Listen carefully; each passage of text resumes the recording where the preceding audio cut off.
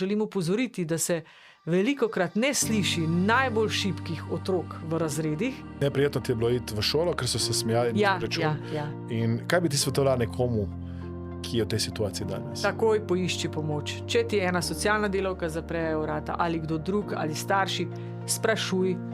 Imamo, tako kot pravim, brezplačno telefonsko številko 116 123, kamor vas usmerijo. So zdaj že tudi infotočke za pomoč tem, ki so žrtve nasilja, ker tega je žal veliko. Želim opozoriti, da se velikokrat ne sliši najbolj šibkih otrok v razredih. Tudi učitelji tam niso imeli poguma, moj pogled, da bi se zame potegnili.